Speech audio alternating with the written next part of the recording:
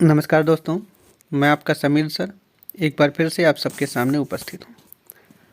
जैसा कि आप सब जानते हैं कि हमारा भारतीय संविधान से लेक्चर चल रहा है और संभवतः एक या दो लेक्चर में पूरी इंडियन कॉन्स्टिट्यूशन यानी कि भारतीय संविधान समाप्त हो जाएगा।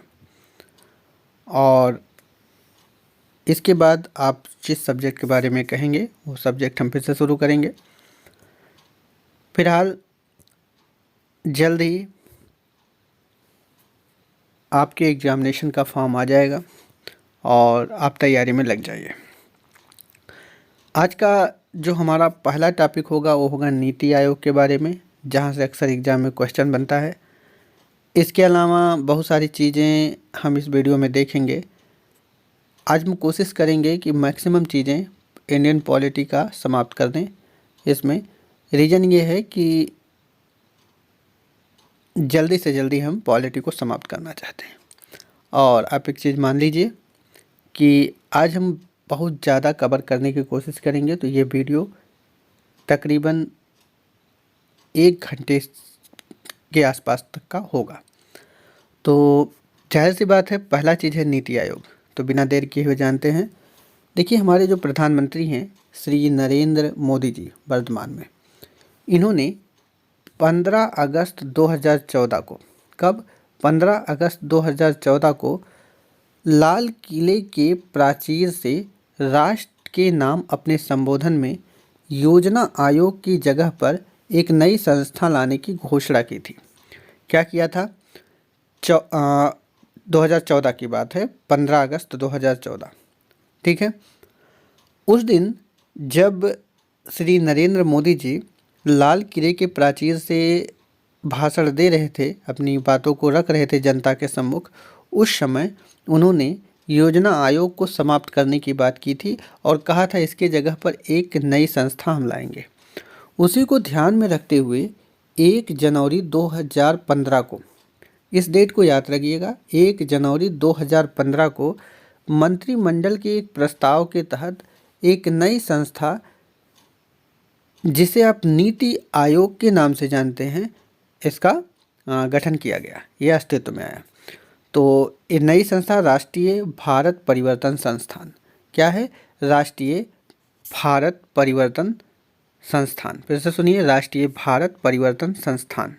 अभी लेटेस्ट एग्ज़ाम हुआ है, वहाँ पे इसका पूरा नाम ही पूछ लिया था कि नीति आयोग को पूरा नाम क्या है।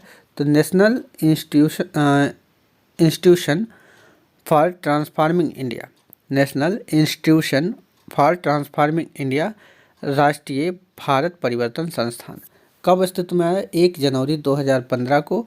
कब इसकी घोषणा हुई थी? 15 अगस्त 2014 को। ठीक है, आगे देखते हैं। आमतौर पर इसे क्या कहते हैं? नीति आयोग के नाम से जानते हैं। देखिए, नीति आयोग के जो अध्यक्ष होते हैं वो प्रधानमंत्री स्वयं होते हैं। जैसा कि आप पहले भी जानते थे, जब ये योजना आयोग के नाम से जाना जाता था तब भी इसके अध्यक्ष प्रधानमंत्री होते थे और अब भी इसके अध्यक्ष प्रधानमंत्री ही हैं। तो अगर हम बात करें नीति आयोग के अध्यक्ष कौन हैं, तो प्रधानमंत्री होते हैं। अगर ऐसा क्वेश्चन आता है कि जो नीति आयोग जब बना तब प्रधानमंत्री कौन थे, तो नरेंद्र मोदी जी थे। अगर ये क्वेश्चन आता है कि नीति आयोग की स्थापना के समय इसके अध्यक्ष कौन थे, तो प्रधानमंत्री जी हो जाएंगे। तो किसी भी रूप में आए क्वेश्चन आप कर लीजिएगा। ठीक है, आगे है, यह सरकार के थिंक टैंक के रूप में कार्य करता है। किसके रूप में? थिंक टैंक, मतलब सोचने वाली संस्था की बात कर सकते हैं। तो सरकार के थिंक टैंक के रूप में काम करता है। केंद्र सरकार के साथ साथ राज्यों के लिए भी नीति निर्माण करने वाली संस्था की भूमिका ये निभाता है। आगे अगर इसके बारे में बात करें तो केंद्र राज्य सरकारों को राष्ट्रीय व अंतर्राष्ट्रीय महत्व के महत्वपूर्ण मुद्दों पर यह रणनीतिक व तकनीकी सलाह देता है। किसको? केंद्र या राज्य सरकारों को।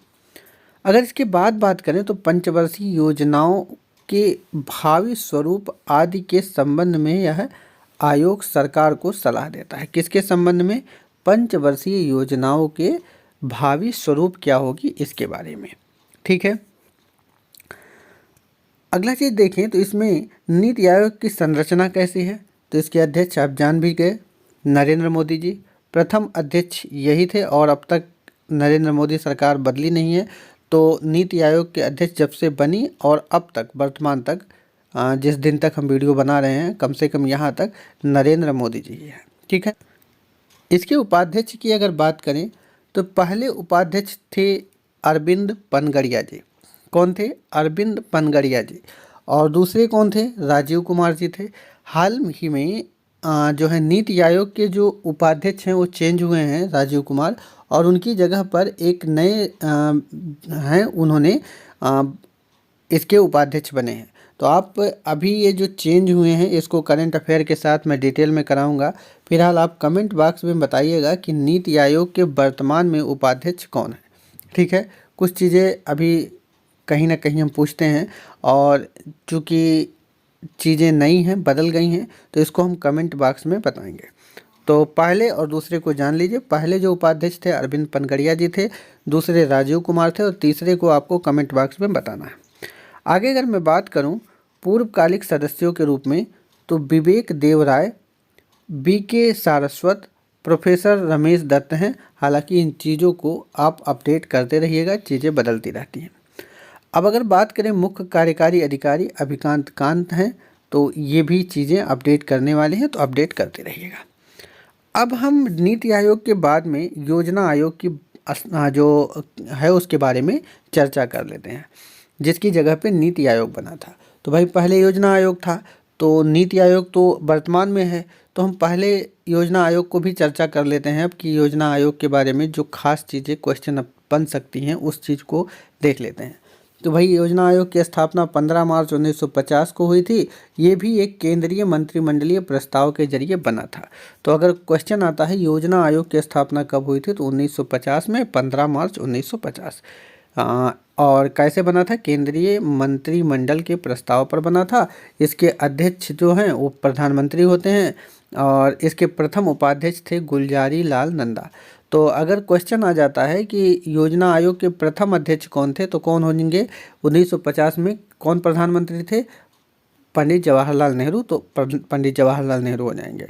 प्रथम उपाध्यक्ष गुलजारी लाल नंदा। हालांकि इन सब इसका जो काम था सारा कुछ वो नीति आयोग ने ले लिया है, तो लगभग वही काम है। आप एक काम करिएगा, आए हुए क्वेश्चन को कर लीजिएगा, इससे ज़्यादा योजना आयोग में कुछ नहीं पूछेगा। रही बात राष्ट्रीय विकास परिषद की, तो राष्ट्रीय विकास परिषद की स्थापना 1952 में हुई, 6 अगस्त 1952 को, और इसके भी अध्यक्ष थे प्रधानमंत्री। और के संस्थानम ने इसे NDC को सुपर कैबिनेट कहा था। मतलब राष्ट्रीय विकास परिषद को सुपर कैबिनेट कहा था के संस्थानम ने, ठीक है। तो यहाँ तक आपने देखा। आगे अगर बात करें तो हमारा अगला टॉपिक है वित्त आयोग। देखिए वित्त आयोग एक ही महत्वपूर्ण, बहुत ही ज़्यादा इम्पोर्टेंट टॉपिक है, तो यहाँ से सवाल बनता रहता है। तो वित्त आयोग की बात करें तो वित्त आयोग का जो गठन है का प्रावधान है वो भारतीय संविधान के अनुच्छेद 280 के तहत हुआ है। कौन से अनुच्छेद? अनुच्छेद 280 के तहत, 280 अनुच्छेद 280 के तहत वित्त आयोग का गठन हुआ है। और हर 10 में से लगभग 9 एग्जाम में ये सवाल बन जाता है कि वित्त आयोग का गठन किस अनुच्छेद के तहत है। हालांकि मैं ये बात कहूँ कि 10 में से 10 को एग्जाम होगा तो 10 में वित्त आयोग से कुछ ना कुछ सवाल जरूर आ जाएगा। तो ये बहुत इंपॉर्टेंट टॉपिक है, इसको बढ़िया से देखिएगा। रही बात गठनकर्ता कौन है, तो वित्त आयोग का जो गठन करता है वो राष्ट्रपति करता है। कौन करता है? राष्ट्रपति करते हैं। इसमें एक अध्यक्ष होते हैं और 4 अन्य सदस्य होते हैं, ठीक है। अब अगर हम बात करें राष्ट्रपति वित्त आयोग की सिफारिश को संसद के प्रत्येक सदन के समक्ष रखवाता है। जब हम राष्ट्रपति को पढ़ा रहे थे तो इस बारे में बताए थे कि वित्त आयोग की सिफारिशों को संसद के प्रत्येक सदन यानी कि राज्यसभा और लोकसभा के समक्ष रखवाता है। अब रही बात राज्य वित्त आयोग का गठन। राज्य वित्त आयोग की बात करें, ये तो हुई थी केंद्र के वित्त आयोग की, केंद्रीय वित्त आयोग। अब राज्य वित्त आयोग का जो गठन का प्रावधान है वो भारतीय संविधान के अनुच्छेद 243 आई के तहत है। कौन से अनुच्छेद के तहत? 243 आई के तहत, ठीक है। राज्य वित्त आयोग के गठन का प्रावधान है। तो कई बार क्वेश्चन ये भी आ गया है। देखिए, वित्त आयोग वित्तीय प्रशासनों में पारदर्शिता सुनिश्चित करता है। क्या करता है? वित्तीय प्रशासन में पारदर्शिता सुनिश्चित करता है कौन? वित्त आयोग। अब हम देखते हैं वित्त आयोग के कार्य क्या क्या हैं। देखिए, वित्त आयोग द्वारा संघ एवं राज्यों के बीच करों की शुद्ध आगमों का वितरण और राज्यों के बीच ऐसे आगमों का आवंटन किया जाता है। कहने का मतलब इतना जानिए कि वित्त आयोग द्वारा संघ और राज्यों के बीच करों का बंटवारा किया जाता है। ठीक है। अगला चीज है, वित्त आयोग भारत की संचित निधि में से राज्यों के राजस्व में सहायता अनुदान को शासित करने वाले सिद्धांतों के बारे में बताता है। तीसरा चीज है, राज्य वित्त आयोग द्वारा, राज्य वित्त आयोग की बात कर रहे हैं यहाँ, राज्य वित्त आयोग द्वारा की गई सिफारिशों के आधार पर राज्य के जो नगर पालिकाओं और पंचायतों की पूर्ति के लिए राज्य की संचित निधि के संवर्धन के लिए जरूरी उपाय करता है। ठीक है। तो अगर पंचायत की बात आ जाए और नगर पालिका के जो राज्य की संचित निधि से संवर्धन के लिए जरूरी उपाय होगा और वो राज्य वित्त आयोग की सिफारिशों पर होगा। ठीक है। अगला चीज है इसी में चौथा पॉइंट, राष्ट्रपति के द्वारा वित्त आयोग को सुदृढ़ वित्त के हित में निर्दिष्ट कोई अन्य विषय सौंपे जाने पर वित्त आयोग अपनी सलाह देता है। ठीक है। यहाँ तक हमने अब तक देखा। अब हम देखते हैं कुछ खास चीज़ कि वित्त आयोग जो बना है उसकी नियुक्ति कब हुई, उसके अध्यक्ष कौन हुए, उसका कार्यकाल क्या था। तो कुछ खास चीज़ों को, सभी को नहीं, 15 वित्त आयोग बन चुके हैं तो 15 को हमें नहीं पढ़ना है, कम से कम पहले 3 को पढ़ेंगे और लास्ट के जो 2 हैं उसको पढ़ेंगे।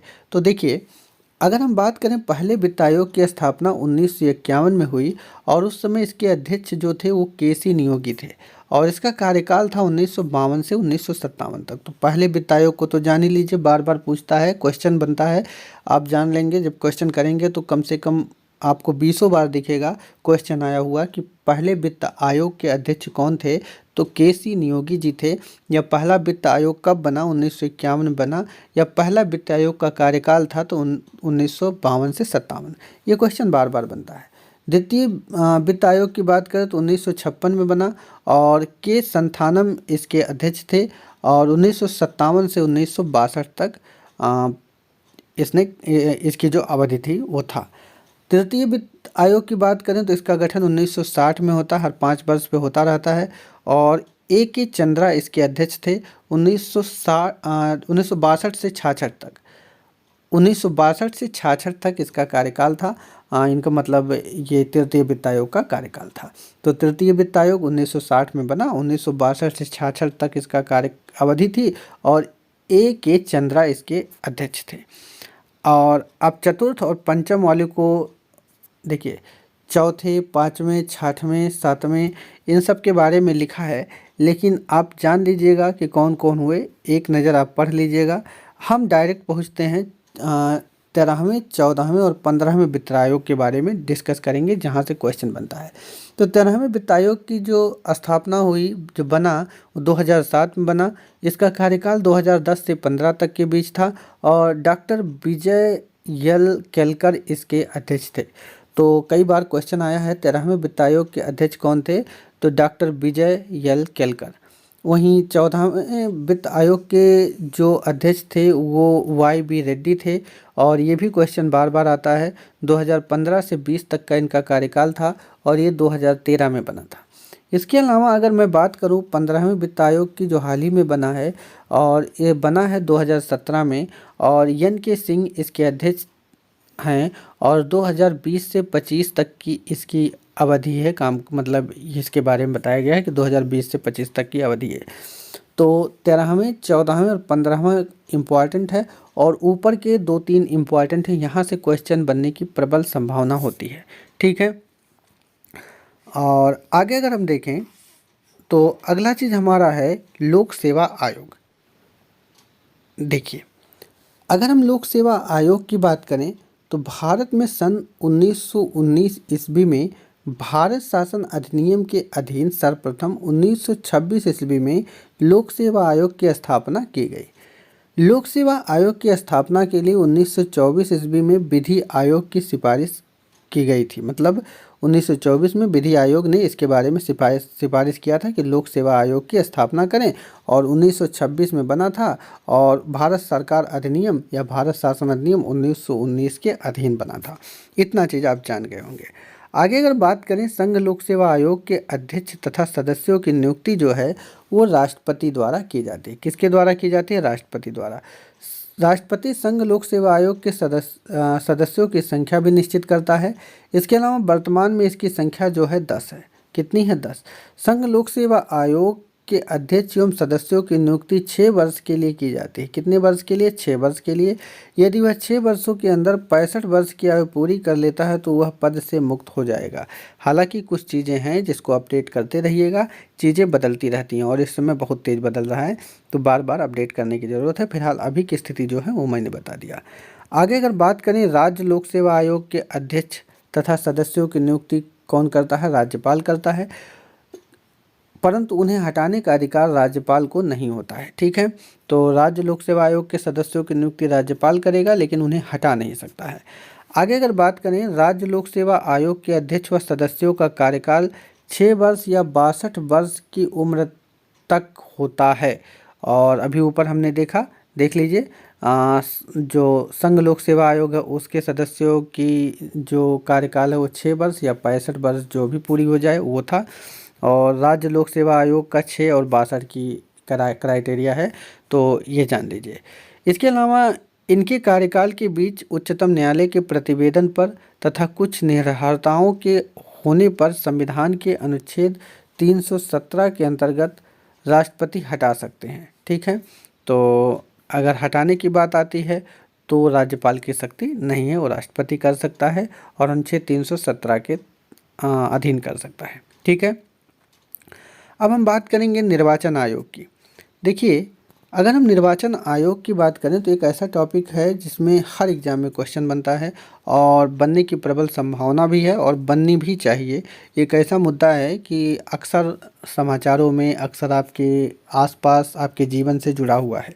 ठीक है, तो निर्वाचन आयोग की बात करें तो भारतीय संविधान के भाग 15 में इसके बारे में बताया गया है, अनुच्छेद 324 से 329 तक के बीच में। ठीक है, तो निर्वाचन आयोग की बात करें तो भारतीय संविधान के भाग 15 में अनुच्छेद 324 से 329 के बीच में है। ठीक है, अगर हम बात करें भारत निर्वाचन आयोग की स्थापना कब हुई तो 25 जनवरी 1950 को हुई। तो भारत निर्वाचन आयोग की स्थापना हुई 25 जनवरी 1950, और इसीलिए 25 जनवरी को राष्ट्रीय मतदाता दिवस के रूप में भी मनाया जाता है, जो कई बार एग्जामों में सवाल आ चुका है। एक बार MPPCS में भी ये सवाल आ चुका है और UPPCS या UP SSS में कई बार इस तरह का सवाल बन चुका है राष्ट्रीय मतदाता दिवस पे। तो राष्ट्रीय मतदाता दिवस हो तो 25 जनवरी को मनाया जाता है, और भारत निर्वाचन आयोग की स्थापना 25 जनवरी 1950 को हुई थी। यह एक अस्थायी संवैधानिक निकाय है। क्या है? अस्थायी संवैधानिक निकाय है। निर्वाचन आयोग का गठन मुख्य निर्वाचन आयुक्त और अन्य निर्वाचन आयुक्तों से किया जाता है। निर्वाचन आयोग का गठन होता है, मुख्य निर्वाचन आयुक्त होते हैं उसमें और अन्य निर्वाचन आयुक्त होते हैं। इनकी नियुक्ति कौन करता है? राष्ट्रपति करता है, जैसा कि हम बहुत पहले ही वीडियो में बता चुके हैं। मुख्य निर्वाचन आयुक्त का कार्यकाल 6 वर्ष या 65 वर्ष की आयु दोनों में से जो भी पहले हो जाए तब तक होता है। इन्हें भारत के सर्वोच्च न्यायालय के न्यायाधीशों के समकक्ष दर्जा दिया जाता है। किसके समकक्ष? सर्वोच्च न्यायालय के न्यायाधीशों के समकक्ष, और समान वेतन और भत्ते भी मिलते हैं। जितना सर्वोच्च न्यायालय के न्यायाधीश को मिलता है उतना मुख्य निर्वाचन आयुक्त को मिलता है। ठीक है, आगे देखिए, पहले जो है चुनाव आयोग जो था वो एक सदस्यीय आयोग था। पहले चुनाव आयोग क्या था? एक सदस्यीय आयोग था, परंतु अक्टूबर 1993 में इसे 3 सदस्यीय आयोग बना दिया गया। कितने सदस्यीय? 3 सदस्यीय आयोग। कब बनाया? 1993 में। अब निर्वाचन आयोग के कुछ कार्यों को देख लेते हैं। बार बार क्वेश्चन बन जाता है कि निर्वाचन आयोग का कौन सा कार्य है। तो देखिए, चुनाव क्षेत्रों का परिसीमन करना, मतदाता सूची को तैयार करवाना, विभिन्न राजनीतिक दलों को मान्यता प्रदान करना, राजनीतिक दलों को आरक्षित चुनाव चिन्ह प्रदान करना, चुनाव करवाना, राजनीतिक दलों के लिए आचार संहिता तैयार करवाना। तो ये कार्य जो है वो निर्वाचन आयोग का है। तो फिर से देख लेते हैं। चुनाव क्षेत्रों का परिसीमन, मतदाता सूची तैयार करवाना, विभिन्न राजनीतिक दलों को मान्यता प्रदान करना, राजनीतिक दलों को आरक्षित चुनाव चिन्ह प्रदान करना, चुनाव करवाना, राजनीतिक दलों के लिए आचार संहिता तैयार करवाना। तो ये सवाल बार बार बनता है, इसलिए यहाँ पे मैंने अच्छे से लिख दिया है और आपको बता भी दिया, याद कर लीजिएगा। अब रही बात, एक शब्द हमेशा आपके चुनाव के इर्द गिर्द घूमता है, ईवीएम। आजकल तो कोई भी चुनाव होता है ईवीएम मुद्दा ज़रूर उठता है। कुछ लोग आरोप लगाते हैं कि ईवीएम में गड़बड़ी की गई, कुछ लोग उसके पक्ष में अपनी बात रखते हैं, कुछ विपक्ष में। हालांकि वो राजनीति है, उसके चक्कर में हमें नहीं पड़ना है। हमें केवल एग्ज़ाम के पॉइंट ऑफ व्यू से चीज़ों को देखना है। ये गलत है या सही है, ये निर्वाचन आयोग का काम है, वो सरकार का काम है। और आपका काम ये नहीं है कि इलेक्शन के या फिर राजनीति के चक्कर में पड़ें। आपका काम अभी ये है कि पढ़ लिख करके इस काबिल बन जाएं कि राजनीति करने लायक रहें, ठीक है। नहीं तो क्या होगा, राजनीति में जो नेता हैं वो अपने हाथ सेकते रहेंगे और आप उनके बहकावे में आते रहेंगे और आप केवल टीवी पर डिबेट देखते रह जाएंगे। तो आपका काम है केवल पढ़ाई करना। तो ईवीएम से जुड़ी हुई सारी चीज़ें मैं बता रहा हूँ और चीज़ें बता रहा हूँ, लेकिन कुछ आपको कहूँगा कि भाई अपने काम से काम रखिए, बढ़िया से पढ़िए और आपको जो बेस्ट लगे वो राजनीति में करिएगा।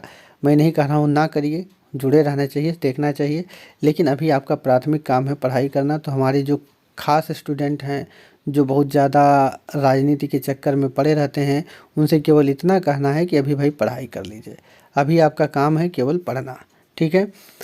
अब अगर मैं बात करूं ईवीएम का, तो ईवीएम का प्रयोग सबसे पहले केरल के पारुल विधानसभा के 50 बूथ पर की गई। सबसे पहले ईवीएम का प्रयोग कहाँ किया गया? भारत में केरल में किया गया। कौन से जगह पे? पारुल विधानसभा की कितने बूथ पे किया गया? 50 बूथ पर किया गया। कब किया गया? मई 1982 में किया गया, ठीक है। तो अगर सवाल आता है कि ईवीएम यानी कि इलेक्ट्रॉनिक वोटिंग मशीन जो है उसका पहली बार प्रयोग किस राज्य में हुआ, तो किस में हुआ? केरल में हुआ। अगर और घुस के अंदर पूछे सवाल कि कहाँ पे हुआ, तो पारुल विधानसभा में हुआ। और ज़्यादा अंदर जाए तो कितने बूथ पर हुआ? 50 बूथ पे हुआ। और अगर पूछे कि कब हुआ, तो मई 1982 में हुआ। इसके बाद ईवीएम का प्रयोग एमपी, राजस्थान, दिल्ली में भी कुछ जगहों पर किया गया। इसके बाद ईवीएम की बात करें तो ईवीएम यानी कि इलेक्ट्रॉनिक वोटिंग मशीन का प्रयोग करके पहली बार 1999 में पूरा चुनाव कराने वाला प्रथम राज्य जो बना वो गोवा।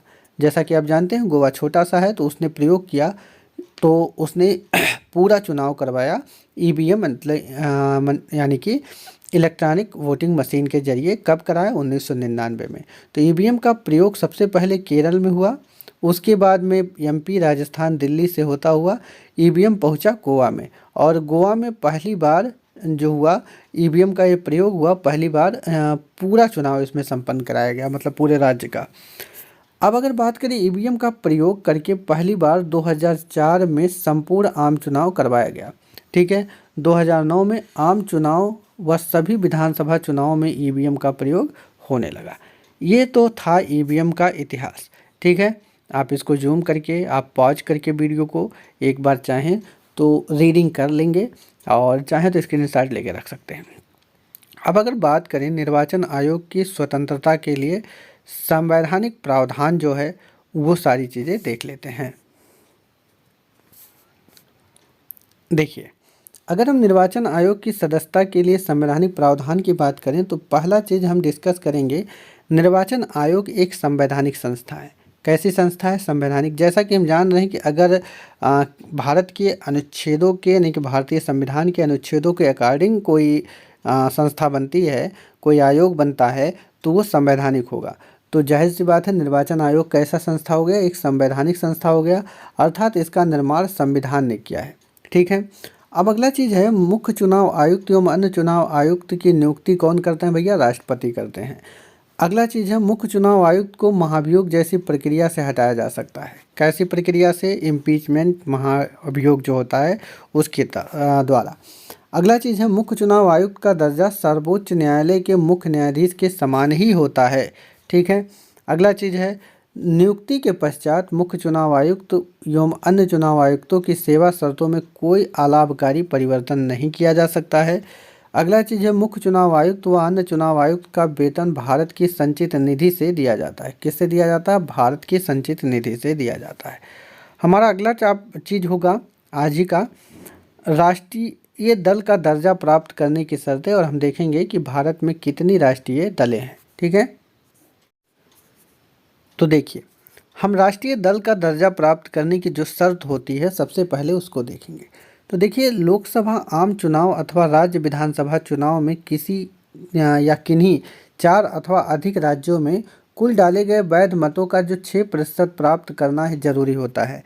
अगर कोई राजनीतिक दल को राष्ट्रीय दल का दर्जा लेना है तो लोकसभा आम चुनाव हो या राज्य विधानसभा चुनाव में किन्हीं 4 अथवा अधिक राज्यों में कुल डाले गए जो वैध मत हैं उसका 6% भाग प्राप्त करना जरूरी होता है।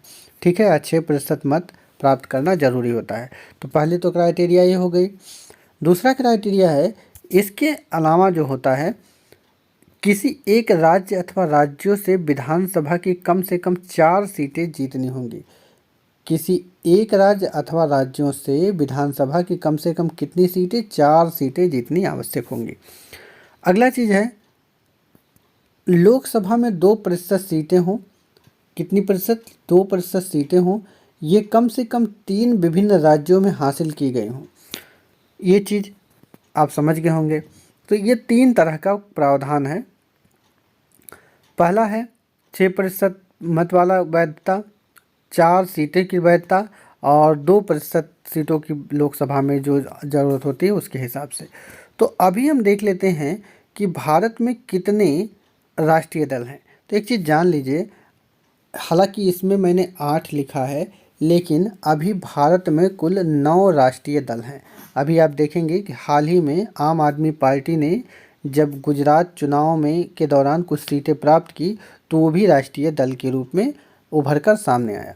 तो अपनी पार्टी तक आप ये जान लीजिएगा जो है कि कौन कौन से राष्ट्रीय दल हैं। हालांकि हमने 7 लिख रखा है यहाँ पे, और बाद में 2, एक आम आदमी पार्टी एक और कोई जुड़ा हुआ है तो उसको आप अपडेट कर लीजिएगा।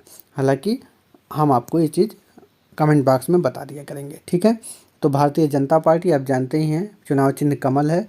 भारतीय राष्ट्रीय कांग्रेस पंजा, भारतीय कम्युनिस्ट दल हसिया और बाली, राष्ट्रवादी कांग्रेस पार्टी घड़ी, बहुजन समाज पार्टी हाथी असम को छोड़कर। ठीक है। भारतीय कम्युनिस्ट पार्टी जो मार्क्सवादी हैं हसिया हथौड़ा ताला, तृणमूल कांग्रेस पार्टी जोड़ा फूल। इसके अलावा अभी जो है हाल ही में जो बना है राष्ट्रीय राजनीतिक दल वो है, मतलब राष्ट्रीय दल वो है आम आदमी पार्टी, वो 9वां पार्टी है। तो अगर टोटल संख्या देखें तो 9। तो एक करंट अफेयर जब आप पढ़ेंगे तो वहाँ आपको सारी चीज़ें मिलेंगी। तो करंट अफेयर में सारी चीज़ें हम करवाएंगे क्योंकि अभी लेटेस्ट चीज़ें हुई हैं, या आप भी करंट अफेयर देखते रहिएगा। अगला चीज़ है मतदाता का फ़ोटो युक्त पहचान पत्र। तो देखिए, शुरुआत हुई 1993 में और आयु सीमा है मिनिमम 18 वर्ष। ठीक है। तो ये चीज़ आप जानते होंगे। तो मतदाता का फ़ोटो युक्त पहचान पत्र जिसे आप वोटिंग कार्ड कहते हैं वो डालते हैं, 1993 में शुरू हुई मतदाता फ़ोटो युक्त पहचान पत्र की। तो ये चीज़ आप जान लीजिए। ठीक है। अब बात करेंगे नोटा पर। कहते हैं आप ना नोटा दबा के आएंगे, किसी को वोट नहीं देंगे। कोई भी राजनीतिक दल अच्छा काम नहीं कर रहा है, हम किसी को वोट नहीं देंगे, हम नोटा ही दबा के आएंगे। तो देखिए, इसका पूरा नाम होता है नन ऑफ द एबव। क्या होता है? None of the above. तो पहली बार इसका उपयोग 2009 में किया गया। तो नोटा का उपयोग सबसे पहले कब हुआ? 2009 में हुआ। स्थानीय चुनाव में मतदाताओं को नोटा विकल्प देने वाला छत्तीसगढ़ जो है पहला राज्य था। तो स्थानीय चुनाव में नोटा का विकल्प देने वाला पहला राज्य कौन है? छत्तीसगढ़। वहीं नोटा का उपयोग 2013 विधानसभा चुनाव में 4 राज्यों में किया गया। कितने राज्यों में? 4 राज्यों में किया गया। कौन कौन? छत्तीसगढ़, मिजोरम, राजस्थान, मध्य प्रदेश में। इसके अलावा राष्ट्रीय राजधानी क्षेत्र दिल्ली ने भी इसका प्रयोग किया। 2014 में नोटा पूरे देश में लागू हुआ। तो 2014 में नोटा पूरे देश में लागू हो जाता है। 2018 में नोटा को भारत में पहली बार उम्मीदवार के समकक्ष दर्जा दिया गया। ठीक है। इसके अलावा हरियाणा ने दिसंबर 2018 में 5 जिलों में होने वाले नगर निगम चुनाव के लिए हरियाणा चुनाव आयोग ने निर्णय लिया कि नोटा के जीतने की स्थिति में चुनाव को फिर से करवाया जाएगा। जब नोटा अगर जीत जाए तो चुनाव को फिर से करवाने का निर्णय लिया गया किसके द्वारा? हरियाणा चुनाव आयोग द्वारा। ठीक है। हालांकि अभी भारत निर्वाचन आयोग ने इसे लागू नहीं किया है। तो हालांकि नोटा अगर बहुमत में हो तो उसका बहुत फ़र्क नहीं पड़ता है अभी, लेकिन है तो हो सकता है जीवन में फिर से कभी ना कभी रिफॉर्म हो। तो नोटा का सबसे पहली बार प्रयोग कब हुआ था? 2009 में। नन ऑफ द एबव इसके बारे में कहते हैं, और ये सारी चीज़ें हैं जिस पर हमने डिस्कस किया।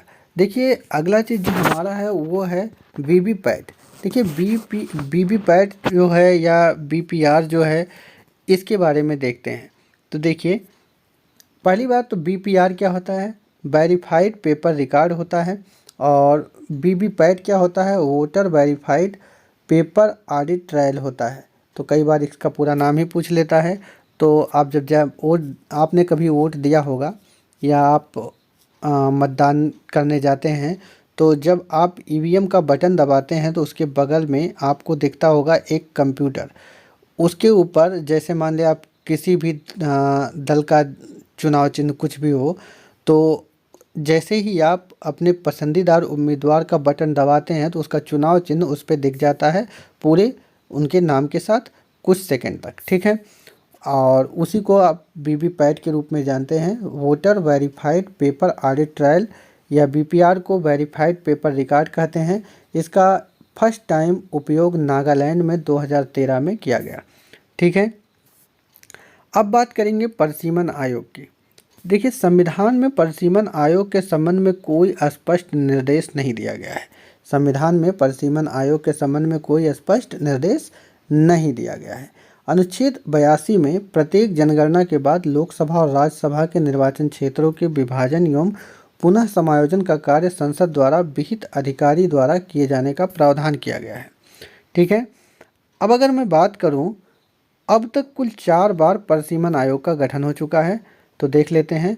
पहला परिसीमन आयोग बना 1952 में, दूसरा 1962 में, तीसरा 1973 में और चौथा 2002 में। ठीक है। कुछ चीज़ें लिखी गई हैं। देखिए 42वें संविधान संशोधन अधिनियम द्वारा संविधान के अनुच्छेद 82 में संशोधन कर परिसीमन पर वर्ष 2000 तक के लिए रोक लगा दी गई थी। फिर आगे क्या हुआ? सन 2000 तक रोक लगाने के बाद में 84वें संविधान संशोधन अधिनियम 2001 के द्वारा संविधान के अनुच्छेद 82 और 170(3) की शर्तों में संशोधन किया गया और इसके अनुसार देश में लोकसभा और विधानसभा की सीटों की संख्या में 2026 तक कोई परिवर्तन न करने की बात कही गई। तो ये 2026 वाला जो चीज़ें हैं, ये एग्ज़ाम में कई बार पूछा है कि कब तक चेंज नहीं होगा। तो 2026 तक सीटों में चेंज नहीं होगा। ठीक है। तो यहाँ तक आगे देखते हैं। देखिए इसके आगे है परिसीमन आयोग 2002 का गठन 12 जुलाई 2002 को न्यायमूर्ति कुलदीप सिंह की अध्यक्षता में किया गया। वह इस आयोग की सिफारिशों को केंद्रीय मंत्रिमंडल ने 10 जनवरी 2008 को मंजूरी दी। नए परिसीमन ने लोकसभा में आरक्षित सीटों की संख्या बढ़ा दी जाएगी। नया परिसीमन 2001 की जनगणना पर आधारित किया गया है। ठीक है। तो नया परिसीमन जब बनेगा तो देखा जाएगा। फिलहाल अभी तक की स्थिति देखें। परिसीमन आयोग में देश के मुख्य निर्वाचन आयुक्त सहित सभी राज्यों या केंद्र शासित प्रदेशों के निर्वाचन आयुक्त इसके सदस्य होते हैं। तो परिसीमन आयोग में देश के मुख्य निर्वाचन आयुक्त सहित सभी राज्यों व केंद्र शासित प्रदेशों के निर्वाचन आयुक्त इसके सदस्य होते हैं। परिसीमन आयोग का मुख्य कार्य जो है हाल ही के जनगणना के अकॉर्डिंग विभिन्न विधानसभा एवं लोकसभा के निर्वाचन क्षेत्रों की सीमा व पुनः सीमांकन करना होता है। ठीक है। अगला चीज़ है परिसीमन आयोग के आदेशों को किसी न्यायालय में चुनौती नहीं दी जा सकती। ठीक है, आगे अगर देखें तो परिसीमन आयोग के आदेश को लोकसभा एवं संबंधित राज्य विधानसभाओं में रखा जाता है, लेकिन लोकसभा व राज्य विधानसभाएं आयोग के आदेशों में कोई सुधार एवं संशोधन नहीं कर सकती। परिसीमन आयोग के द्वारा प्रत्येक राज्य के प्रदत्त प्रतिनिधित्व में कोई बदलाव जो है नहीं किया जाता, लेकिन जनगणना के आधार पर SC ST जो है यानी कि शेड्यूल कास्ट और शेड्यूल टाइप से संबंधित सीटों में परिवर्तन कर दिया जाता है। अब नए परिसीमन आयोग के बाद की स्थिति क्या है ये देख लेते हैं। तो देखिए, शेड्यूल कास्ट की जो पहले आरक्षित सीट थी वो 79 थी, और नया परिसीमन आयोग जब बना तो अब ये 84 हो गया है। तो शेड्यूल कास्ट मतलब अनुसूचित जो जाति हैं, अनुसूचित जाति, उसकी जो सीटों की संख्या जो है नए परिसीमन आयोग के बाद 84 है, और शेड्यूल ट्राइब्स मतलब अनुसूचित जनजाति की बात करें तो 41 से बढ़कर 47 हो गया है। तो अभी हाल ही में 84 और 47 का रेशियो है SC और ST मतलब शेड्यूल कास्ट और शेड्यूल ट्राइब्स का। ठीक है, अनुसूचित जाति और अनुसूचित जनजाति का, अनुसूचित जाति का कितना है 84 है, अनुसूचित जनजाति का कितना है 47 है। ठीक है, वही अनारक्षित सीटों की संख्या है 412। इसके अलावा हम बात करें असम, मणिपुर, अरुणाचल प्रदेश, नागालैंड, झारखंड में परिसीमन आयोग 2002 के बाद परिसीमन नहीं हो सका। ठीक है, अब हम बात करेंगे भारतीय राज्य व्यवस्था में वरीयता क्रम की। ठीक है, इसके बाद हम बात करेंगे भारतीय राज्य व्यवस्था में वरीयता क्रम की। ठीक है, देखिए, इसमें अगर भारतीय राज्य व्यवस्था के वरीयता क्रम को चर्चा करें तो जिस सीक्वेंस में लिखे हैं इसी सीक्वेंस में होते हैं। तो सबसे पहले राष्ट्रपति, उसके नीचे उपराष्ट्रपति, उसके नीचे प्रधानमंत्री, और राष्ट्रपति के बाद मतलब उनके नीचे उपराष्ट्रपति, उपराष्ट्रपति के नीचे कौन आते हैं प्रधानमंत्री, प्रधानमंत्री के नीचे राज्यों के राज्यपाल अपने राज्यों में, और उनके नीचे भूतपूर्व राष्ट्रपति आते हैं, उनके नीचे उप प्रधानमंत्री आते हैं। और 6वें नंबर पे आते हैं भारत के मुख्य न्यायाधीश तथा लोकसभा अध्यक्ष। 7वें नंबर पे आते हैं केंद्रीय कैबिनेट मंत्री, दुनिया भर के मुख्यमंत्री राज्यों के हैं, ये सारे लोग यहाँ पे लिखा हुआ आप पढ़ लेंगे। इसके बाद 7वें नंबर पे भारत रत्न सम्मान के धारक आते हैं, 8वें पे राजदूत आते हैं। इस तरह की चीज़ें हैं जो आप पढ़ लीजिएगा। बहुत ज़्यादा क्वेश्चन यहाँ से नहीं बना है, इसलिए धीरे धीरे स्क्रॉल कर रहे हैं, आप पढ़ लीजिएगा। देखिए, भारत रत्न एकमात्र ऐसा पुरस्कार है जिसे वरीयता क्रम में रखा गया है, और किस नंबर पे है भारत रत्न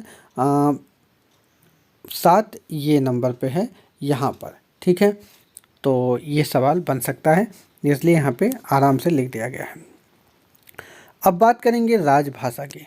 जहाँ तक राजभाषा की चर्चा करें तो ये अनुच्छेद 343 से 351 के बीच जो अनुच्छेद के बीच में है। किसके बारे में? राजभाषा। कौन से भाग में? भाग 17 में। कौन से अनुसूची में? अनुसूची 8 में। तो देखिए, अनुच्छेद 343 संघ की राजभाषा जो है हिंदी और लिपि देवनागरी होगी। अनुच्छेद 343 क्या कहता है? संघ की जो राजभाषा है वो कैसी होगी? हिंदी होगी, और इसकी लिपि क्या होगी? देवनागरी होगी। इसके अलावा अनुच्छेद 344 कहता है राष्ट्रपति को राजभाषा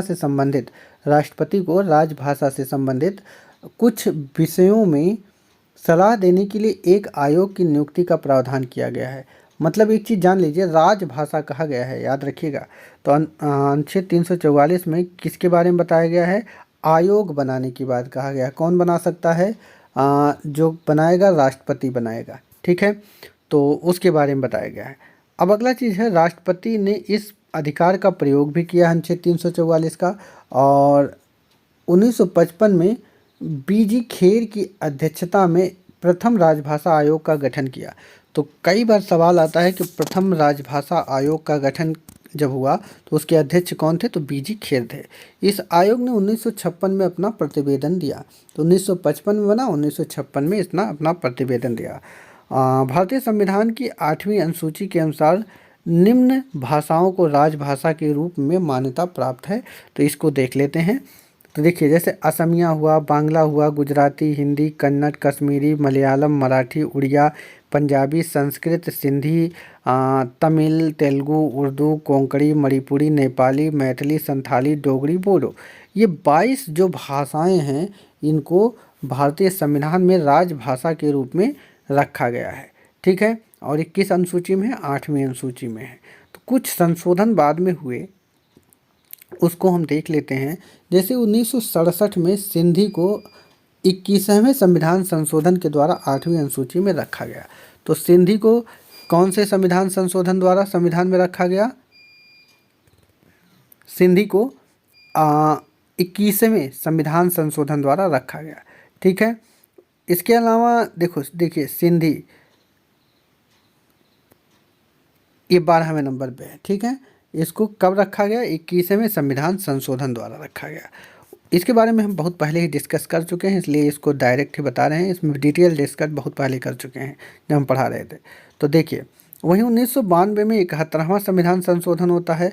इससे मणिपुर, कोंकणी और नेपाली, मणिपुरी, कोंकणी और नेपाली को जो है 8वीं अनुसूची में जगह दी गई। ठीक है, अगला चीज़ है 2003 में 92वां संविधान संशोधन द्वारा मैथिली, संथाली, डोगरी को भी 8वीं अनुसूची में रख दिया गया। तो ये बहुत शॉर्ट में बताए हैं, हालांकि इस पर डिटेल में हम चर्चा बहुत पहले ही कर चुके हैं, इसलिए आगे बढ़ते हैं।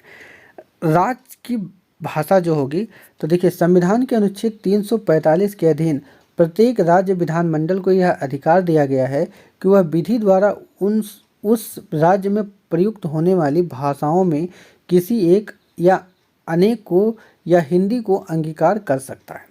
ठीक है, संविधान के अनुच्छेद 345 के अधीन प्रत्येक राज्य विधानमंडल को यह अधिकार दिया गया है कि वह विधि द्वारा यानी कि कानून के द्वारा उस राज्य में प्रयुक्त होने वाली भाषाओं में किसी एक या अनेक को या हिंदी को अंगीकार कर सकता है, परंतु जब तक राज्य का विधानमंडल विधि द्वारा अन्यथा उपबंध न करे तब तक राज्य के भीतर उन शासकीय प्रयोजनों के लिए अंग्रेजी भाषा का प्रयोग किया जाता रहेगा जिसके लिए उसका इस संविधान के प्रारंभ से ठीक पहले प्रयोग किया जाता रहा था।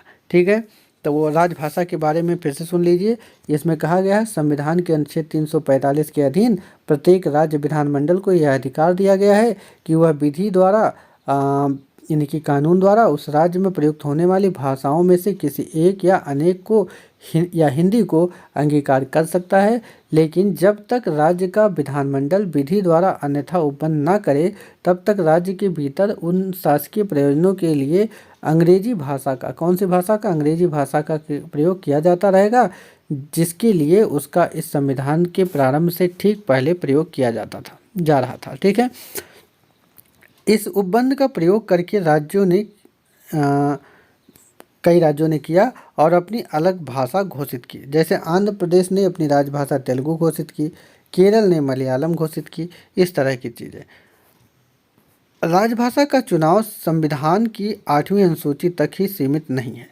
एक चीज़ जान लीजिएगा, राजभाषा का जो चुनाव है संविधान की 8वीं अनुसूची तक सीमित नहीं है, ये आगे भी कुछ चीज़ों पर है। आगे देखते हैं, संविधान में यह प्रावधान किया गया कि जब तक संसद द्वारा कानून बनाकर अन्यथा प्रावधान न किया जाए तब तक उच्चतम न्यायालय और उच्च न्यायालय की भाषा अंग्रेजी होगी और संसद तथा राज्य विधानमंडलों द्वारा पारित कानून अंग्रेजी में ही होंगे। ठीक है, वहीं संविधान के अधीन किसी भाषा को राष्ट्रीय भाषा के रूप में नहीं अपनाया गया। हालांकि जो भाषा हो राजभाषा, राष्ट्रीय भाषा नहीं है, तो राष्ट्रीय भाषा के रूप में नहीं अपनाया गया है। हिंदी को राजभाषा का दर्जा दिया गया है। ठीक है, हिंदी को क्या दिया गया? राजभाषा का दर्जा दिया गया है। तो अभी तक हमने यहाँ तक पढ़ा। हमारा अगला टॉपिक होगा आपात उपबंध, लेकिन बहुत लंबा लेक्चर हो जाएगा, 1 घंटे से ऊपर का लेक्चर हो गया है, तो यहीं पर रोक रहे हैं। मुश्किल से 1 लेक्चर और लगना चाहिए और बहुत लग जाएगा तो 1 से 2 लेक्चर और लगेगा, आपका पॉलिटी समाप्त हो जाएगा। तो एकदम समाप्त हो चुका है, धीरे धीरे अपलोड कर देंगे चीज़ों को, और मेहनत से पढ़िए। आज के लिए इतना ही, आगे फिर से मिलेंगे जल्दी, तब तक के लिए।